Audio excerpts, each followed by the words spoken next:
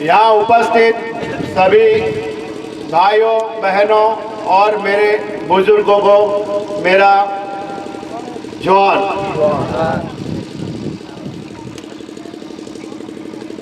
आज हम लोग यहाँ से गुजरात से आपके प्रदेश में आए हैं।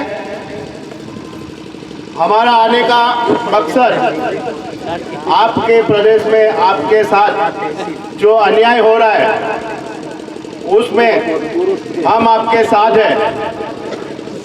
आज की इस कड़ी धूप में भी आप इतनी संख्या में एकत्रित हुए, वो बता रहा है कि आप लोग सही में संकट में हैं और आप लोगों को संकट में डालने वाले जो लोग बैठे हैं वो लोग बड़े बड़े महलों में बैठे हैं और वो लोग हमारे आदिवासियों की कोई परेशानियों को जानता नहीं है।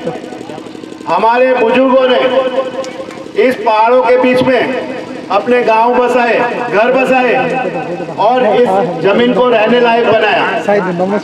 ये हजारों सालों की प्रक्रिया है, लेकिन जब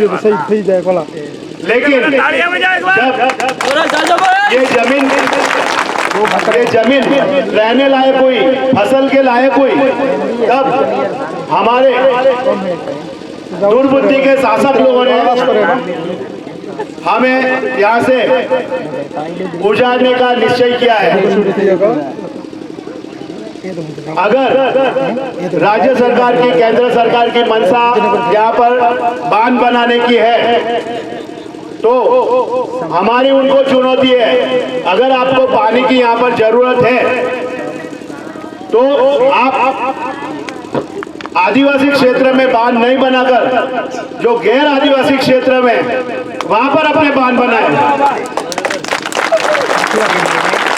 क्योंकि जितने भी आदिवासी क्षेत्र में बांध बने उसका 1% पानी भी आदिवासी को नहीं मिल रहा है। इस देश का इतिहास रहा है कि इस देश के विकास में सिर्फ और सिर्फ आदिवासियों का बलिदान लिया जा रहा है। आदिवासियों को इस देश का बंधुआ मजदूर बना दिया गया है। ये आप लोगों को यहाँ से इसलिए उजाड़ना चाहते हैं कि आप इनके बड़ी बड़ी बिल्डिंगों में काम करें, इनके कारखानों में काम करें। आप अगर एक जगह पे निश्चित नहीं रहोगे तो आप घूमते रहोगे और इनके मजदूरी करते रहोगे। ये एक प्लानिंग वाला षड्यंत्र है जिसमें भाजपा सरकार, केंद्र की भाजपा सरकार और राजस्थान प्रदेश की कांग्रेस सरकार दोनों शामिल हैं। आपको मैं एक उदाहरण देता हूं कि गुजरात में आदिवासी क्षेत्र में सभी नदियों को जोड़ने का अभी एक योजना है और उस योजना में कांग्रेस ने गुजरात में विरोध किया, जबकि वही कांग्रेस जो राजस्थान में सरकार में है वो यहाँ पर वो बांध बना रही है। तो आप लोगों को समझ जाना चाहिए कि ये इनकी कितनी बड़ी दोगलापनी है। इनकी दोगलापनी में हमारे जो भी कोई चुने हुए नेता है वो अपने सीमित निजी स्वार्थ के लिए हम लोगों को बेच रहा है। अगर हमारे चुने हुए नेता हमारी रिजर्व सीट से चुने गए, वो खुद की प्रजा के लिए वफादार नहीं है, तो आप लोगों को ध्यान रखना है कि ऐसे आपको बेचने वाले नेताओं को कभी वोट मत देना। आपका वोट जाया जाए, फालतू जाए, लेकिन कभी मत करना। आप लोगों की शक्ति को अगर दिखाना है सरकार को तो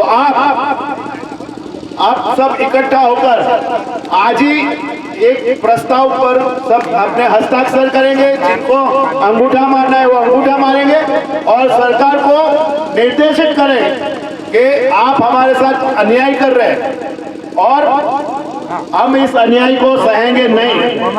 ये जमीन हमारे पुरखों ने बसाई है और हम हजारों साल से यहाँ पे रहते आए। दूसरी बात बताऊं कि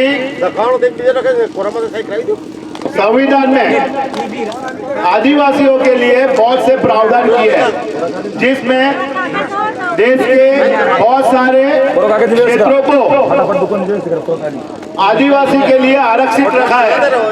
तो जो संविधान में आदिवासी विस्तारों को आरक्षित किया गया है, ये इनके पेट में दुख रहा है कि हजारों एकड़, हजारों माइले जमीन आदिवासियों के लिए आरक्षित क्यों रखी गई है।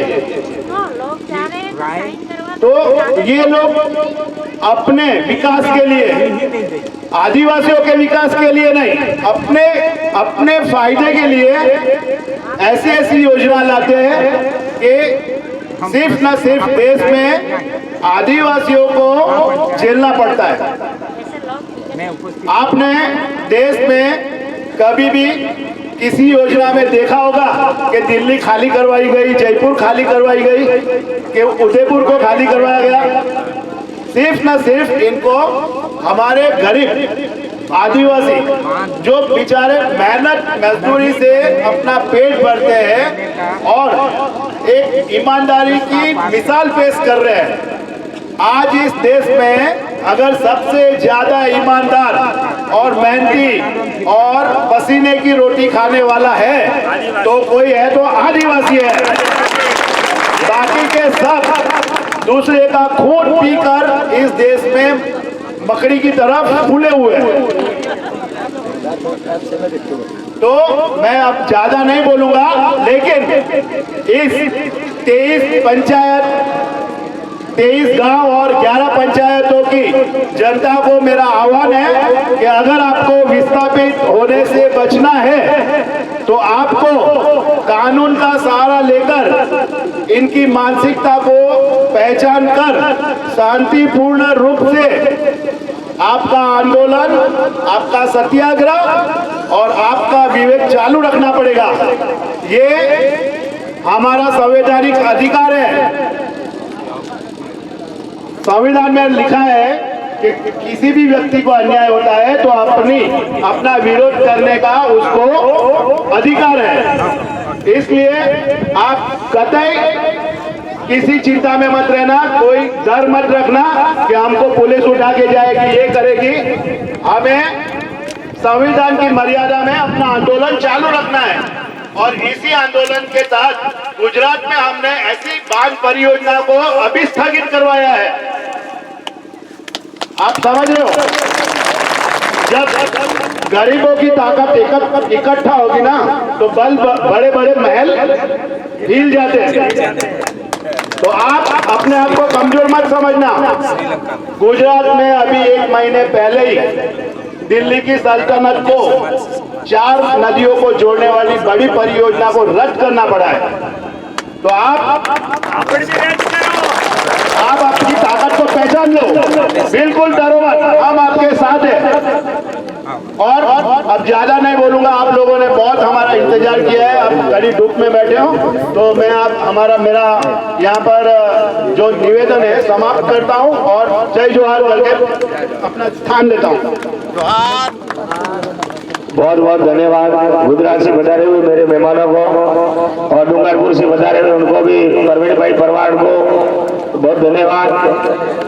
और सबको बोला है कि सेमे आड़े पे लड़ाई भी करनी पड़ेगा। परवीन भाई परवार ने बोला है कि सेमे आड़े पे लड़ाई भी करनी पड़ेगा। तो तीर काम भी सब तैयार करना।